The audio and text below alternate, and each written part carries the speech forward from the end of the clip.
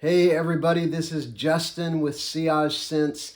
Today I want to talk to you about a fragrance that has perplexed me and puzzled me, but one that is actually slightly addictive that I'm really beginning to like. There's some awesome elements of it, but there's also some significant downsides. And I'm talking about CH Men by Carolina Herrera. This is kind of a modern classic already.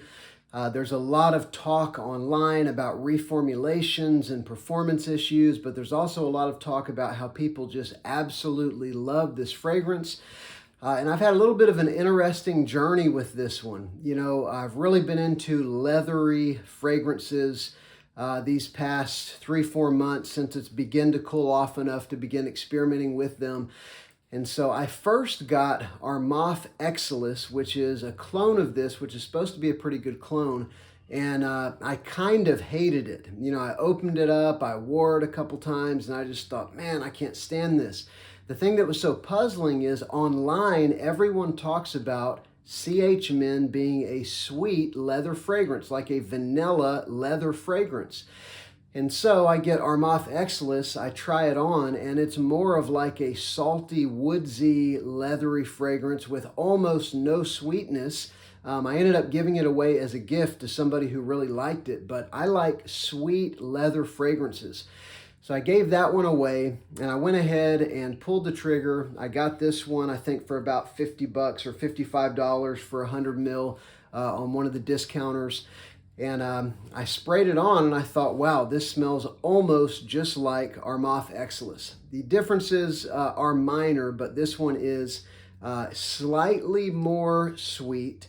I think it does have perhaps a touch more of that grassy note, which I don't think is in the Armaf Exilus, and apparently used to be significantly higher in the original formulation, the one with kind of the red ribbon on the front. Some people say they don't get a grassy note at all in the new CH Men, but I actually do. There is something green that is in this fragrance, and it's still listed as an official note. I think it's there. It must just be dialed back quite a bit so that anyone who had the original and compared it to this is like, oh, they've taken out the grassy note. But I get a little touch of that. The other things that I get are you get leather for sure. There's actually leather and suede. And it is sort of this is kind of weird, but to me, it's almost a salty kind of leather accord, if that makes sense. It's bizarre to use saltiness with a fragrance, but there's something about it that just reminds me of like a very dry kind of salty leatheriness, but then you also get some spices. And so the official notes would be in the top, you've got grass, bergamot, grapefruit. And you do get a little bit of citrus in the opening. You get a little bit of that green note, but that's pretty fleeting. You're gonna have that for maybe the first few minutes after you spray it on. It smells great. The opening of this fragrance is great, but immediately you're going to get that leather. Then in the mid, you've got woods, nutmeg, violet, saffron, and jasmine. And I definitely you get the nutmeg, you get some woods, you definitely get saffron. There's a texture to saffron that I've really been noticing lately. It's sort of like almost a scratchy or fuzzy kind of texture. It's very interesting. And then, jasmine, I don't know if I quite get that. I don't know if I get anything like jasmine in this. Violet, I think so. I've been I've got several fragrances that feature violet and it can be used in pretty significantly different ways, and there is something not quite gasoline, but there's something sort of airy. I don't know how to describe it, but the violet you can pick up in here, but it's just, I don't know, it's almost like a foggy note, if that makes sense. It probably doesn't, but and then in the base, you've got sugar, leather, vanilla, suede, amber, cashmere wood, sandalwood, oak moss, and vetiver. And this is a base heavy fragrance. You kind of smell the base notes when you spray it on. But here's the thing that puzzles me.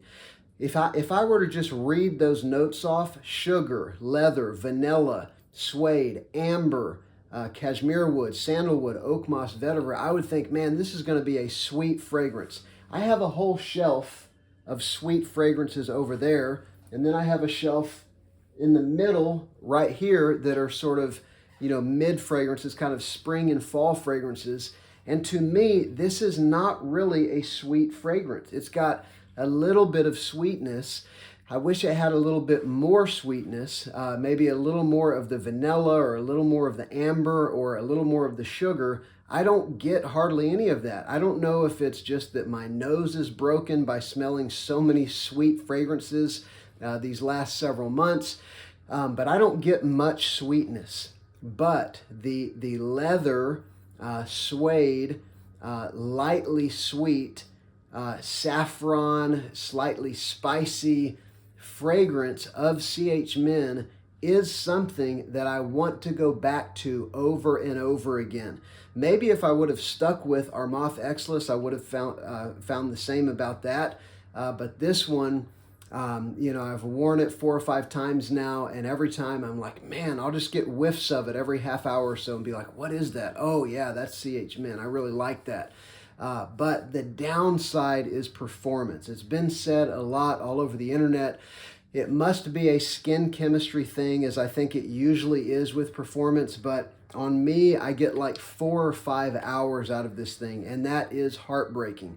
I've looked at Bentley Momentum Intense. I haven't tried that one. I wouldn't want to get it if it's any less sweet than this, but I've heard it has better performance. If you've tried Bentley Momentum Intense, let me know your thoughts in the bottom. Is it sweet? Is it very similar to this?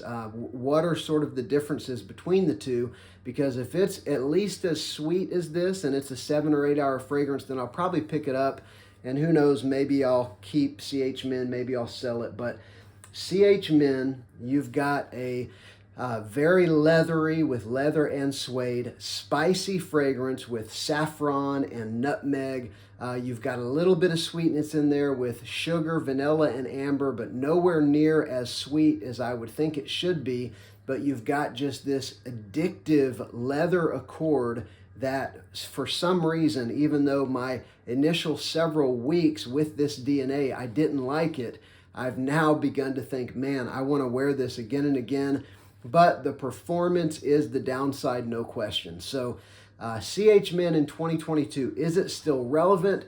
I think absolutely the DNA is still relevant, and I think people would really like this if they would fix the performance.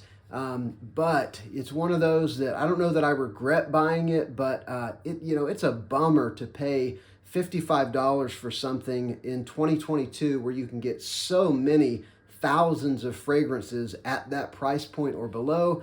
You pay $55 for something and you're getting like 4 hours of longevity out of it. That is kind of a bummer. Maybe on your skin you'll get better.